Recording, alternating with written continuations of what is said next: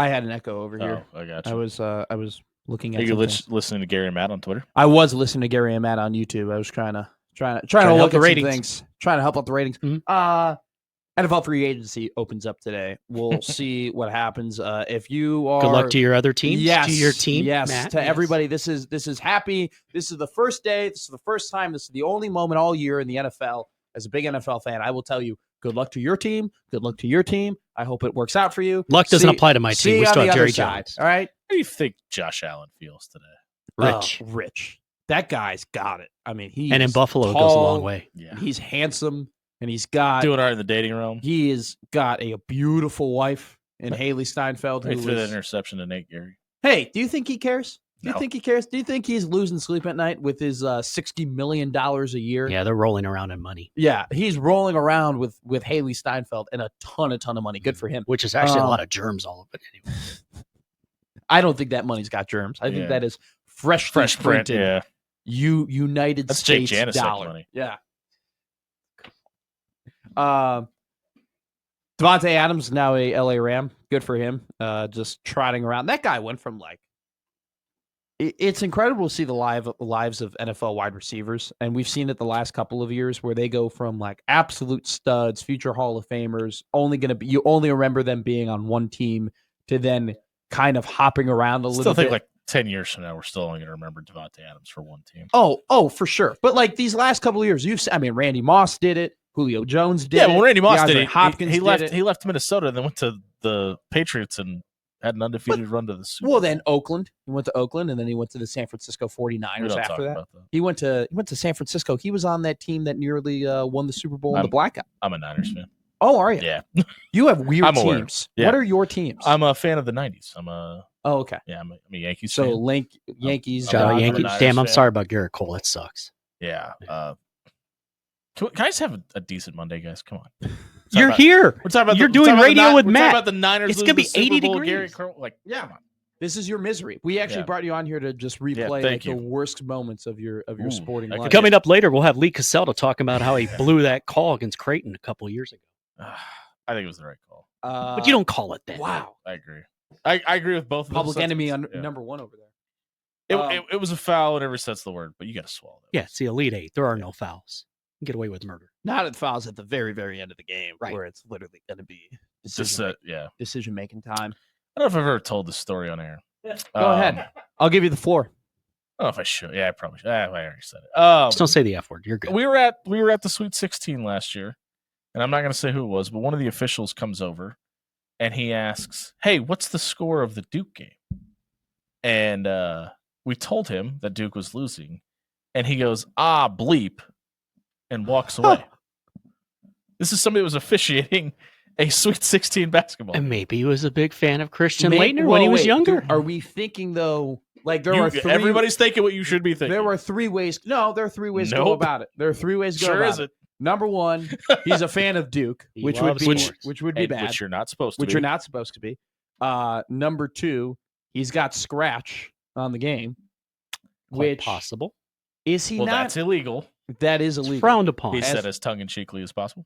As a referee, yeah, that is highly just not. They advise you allowed. not to do that. Well, not advised. Legality, not allowed. Well, they advise you not to break the law. And the third option is he has a completely free and legal bracket. Yes, that's what it is.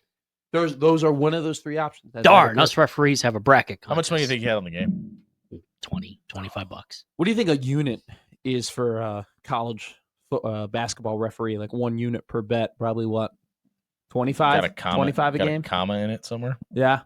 Really? Yeah. Wow.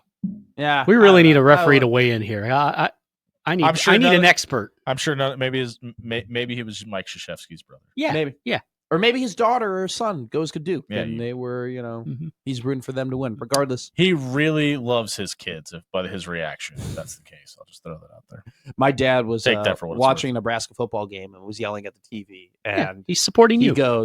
He looked at me and goes, "I don't need this bleep, all right? I'm already a Bears and Cubs fan. I don't need the Huskers in my life." He has a point. What he told me. Unfortunately for me, that's my reality. Myles Garrett, also the witch hunt of whether or not he's going to be traded. And unfortunately for every pro sports radio town, they can no longer spend 25 minutes talking about should their team trade for Myles Garrett.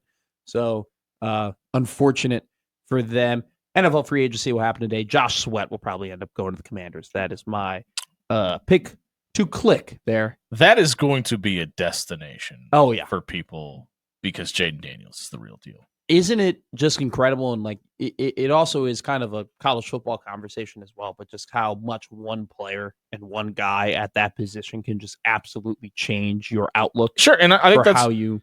I think that's a lot of the reason so many people were excited about Dylan Raiola around Exactly. here was not just because you're getting the 5-star quarterback, but you're getting everything that came along with him, right? Like in theory, and that hasn't necessarily come to fruition quite yet. I mean, you've gotten some guys to the transfer portal, and I think a lot of the reason that they came here was to play with a 5-star quarterback. Guys like Dane Key have coaching connections. Yes. And Isaiah Hunter obviously isn't that case, and I think Dylan Raiola had a little bit to do with that. But if he can blossom this year and get to what he looked like in the Northern Iowa game in Big Ten play, that opens up a lot of opportunities. I think you have to think, right, when they went to Florida and when they went to Kansas City and they were recruiting Isaiah Mosey and they were recruiting Cortez Mills, and when they went out to Cal and they were recruiting Isaiah Hunter, that it was a part of the pitch was, hey, you're a great player, you're awesome, you're a freak, you're athletic. At the same time, look who you're going to have throwing the ball to you. Yeah, absolutely. You're not going to have any sort of quarterback concerns. You're not going to have to worry of what's this competition going to be like? What is this offense going to look like? No, like we have Dana Holgorsen. We're going to throw the ball. We have this 5-star guy. Come and play and up your draft stock and like get yourself drafted and get yourself to the next level because you have this guy with an elite arm who's going to be able, hopefully, to feather it to you. I do think how much is Dana going to run the ball, throw the ball combination is going to be very surprising to people this year because a lot of people feel like he got kicked out of the Mike Leach tree of coaching because of how much he runs the football. Yeah. And I think Nebraska fans are going to be pleasantly surprised about that in his first year fully calling the offense. When I say, though, like, Dana's going to throw the football, it's not because he is. But it's not because I say it in a way where it's like you're not going to have the air raid here, right? They're not going to throw it 50 times a game. No. It's not the combo.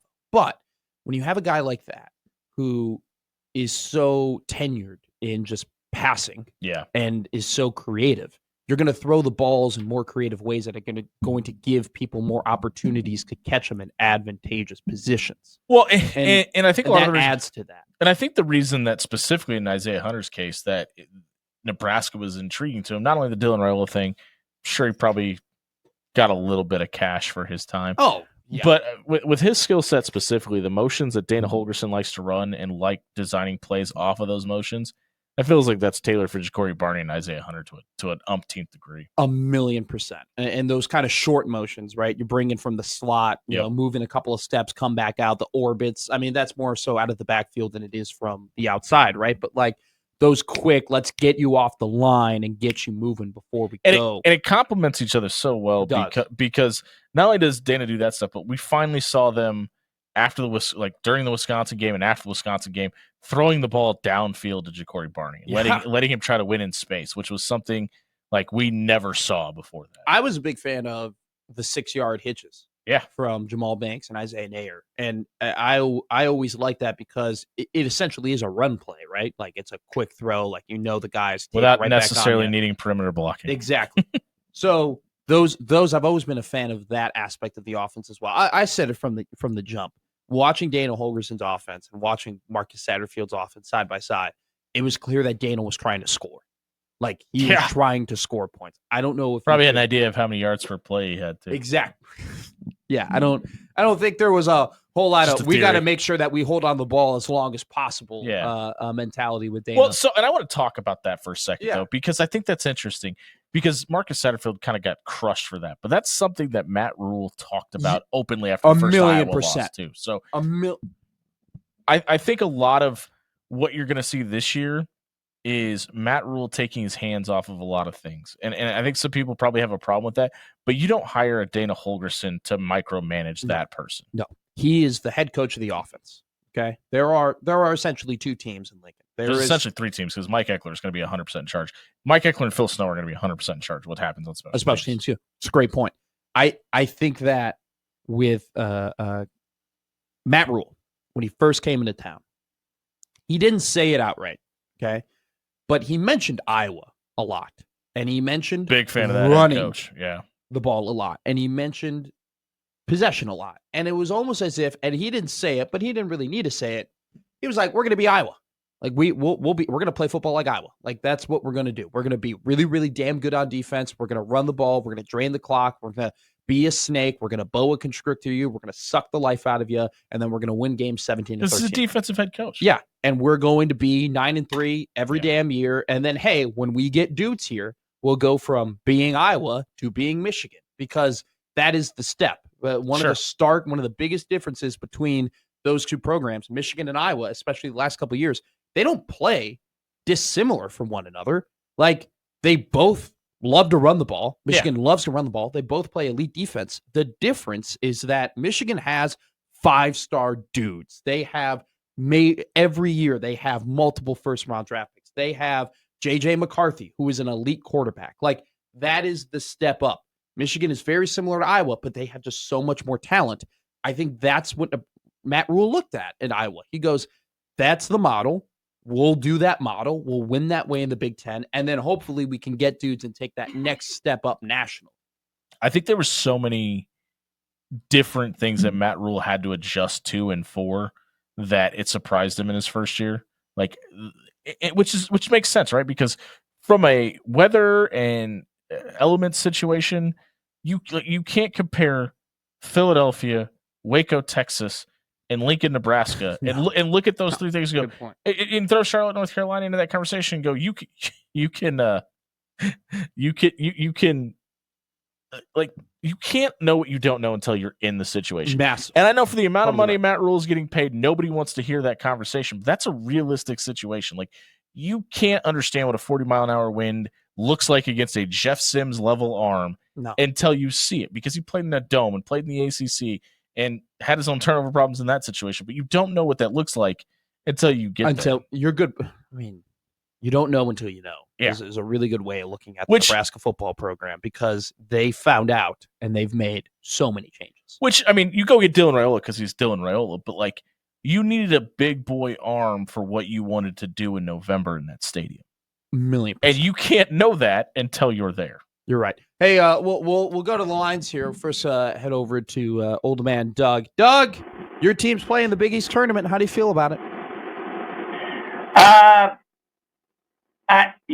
Honestly, and I love Kalkbrenner and Ashworth.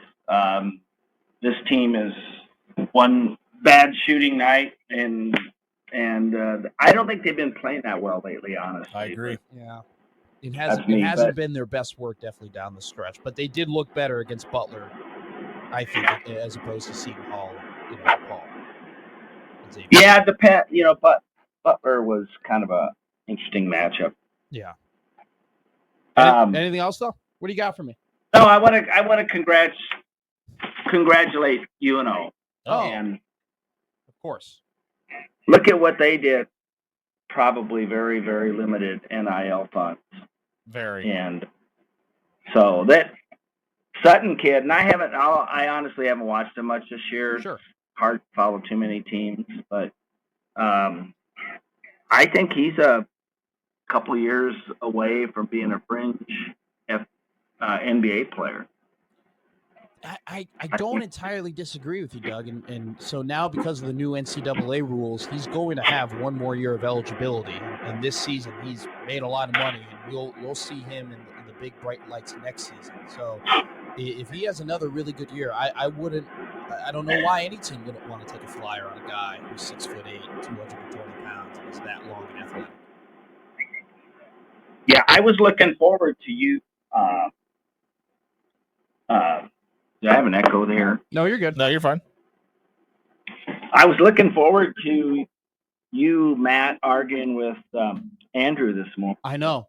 I'm so mad Give that he it didn't time. call in. Give Like it. It's early. If there was a day for him to call in, Doug. We just had a time change. It's still dark. Andrew 402-951-1620. Doug, what did you and Connor chum it up about before the Butler game? You guys look like you're having a great time. Oh, I just saw him there looking lonely, and I was there in plenty of time, as I always am. You are an early to Creighton type guy, Doug. Are you going to New York? Yeah, are you going? We're going to ask that. No, we're doing a lot of other traveling this year. So, Yeah, but my gotcha. wife and I loved it. What was it, 2 years ago, or was it last year? No, it was 2 years ago. Where does it rank in sporting events you've been to? The biggest tournament. I'd say number 2 Wow. behind the Wow. 95 Orange Bowl. Okay. Well, Doug, I was going to offer to buy you dinner while we were out there, but never mind. It ranks ahead of the Rose. That's a good take. The Rose It's Bowl overrated. is, it. Before then, it was awesome, and it was just, if you remember when Nebraska played there, they were completely overmatched. It may have had something to do with it, but Matt that remembers fondly. stadium is I too do. horizontal. He was there. It's too horizontal. It's poor sidelines. It was right after 9/11. The security lines were ridiculous. I almost missed the game, and the facilities themselves, if you get up and take a leak, you're going to miss at least a quarter. It's horrible. They ran out of beer. I mean, it's just All the important things went Thanks, to Bin crap, Laden. is what you're telling me. yeah. But I read Chattel's column, and I'm reading a lot of this, and I'm buying some of it, Sure. but I'm not buying all of it. That money is the only thing to blame for where Nebraska basketball is, and I think Fred's getting a free pass. It's in some of the comments he made after at his press conference, and again, I didn't listen to the whole thing. I just saw excerpts, but I don't know. I them playing in this crown or whatever. I don't know if you probably have to. Probably. I don't know. I don't think people are going to show up for it if it's in Lincoln. I really don't. Yeah, I don't. Well, it's not in Lincoln. It's in Vegas. So I mean, are Husker fans really gonna drop a bag to go out there and watch this team play? I feel. Thanks for the call, Doug. Thanks, Doug. I feel confident in saying that program, specifically Nebraska men's basketball, will never get over the hump until they give whoever the head coach is an associate AD for basketball that could focus their time and efforts on improving that program away from what the monster is that is football, because it overshadows it too much, and you need somebody specifically delegated to that program. We'll talk about it. I don't think an associate AD, but could be a potential general manager. We'll see what happens in that regard. I think they need both. Maybe we'll talk about it. We'll talk about it in the next segment, because we do have to get to Nebraska basketball. We've kind of been burying the lead a little bit and revving up toward it. Hey, we'll go to Eric. It was a mixed bag in Nebraska sports, but Husker wrestling looked pretty good, right, Eric? Eric, you there? Eric's not there. Eric wanted to talk wrestling. Eric, 402-951-1620. Eric wanted to talk a little wrestling. We'll talk a little wrestling. I mean, they came second in the Big Ten, and Ridge Lovett ended up winning the Big Ten. So good for them. Good for just a weird week in Nebraska sports in general. Basketball loses. Wrestling looked incredible. They came in second. Softball looked good. Baseball looked Bert Prince and the girls almost took UCLA to the brink, too. That was a really good outing by them. I mean, I guess that was still last a really week. good first half. And we'll see. Nebraska women's basketball, as of right now, I don't know if they fully updated the ESPN bracketology. The last time I looked at it, they were still in the last 4 buys, but they did what they needed to do in the Big Ten tournament. They won 2 games. They'll be ready to go. Hey, we have a really good show lined up for you. We got to talk about Nebraska basketball. We have to talk about Creighton basketball, who's actually going to be playing in the postseason. All right, here we go. Never mind. Screw me going to break, because he is called in. Andrew is here. Andrew, good morning. He's ready. Lay it on me. Hello. How are you, bud? Good to talk to you. Good. What's up? I'm Good to talk to you. I feel for you. Why is that? I feel for all you Nebraska fans believing that someday Fred Hoiberg will turn it around, which he won't. And here's something to think about.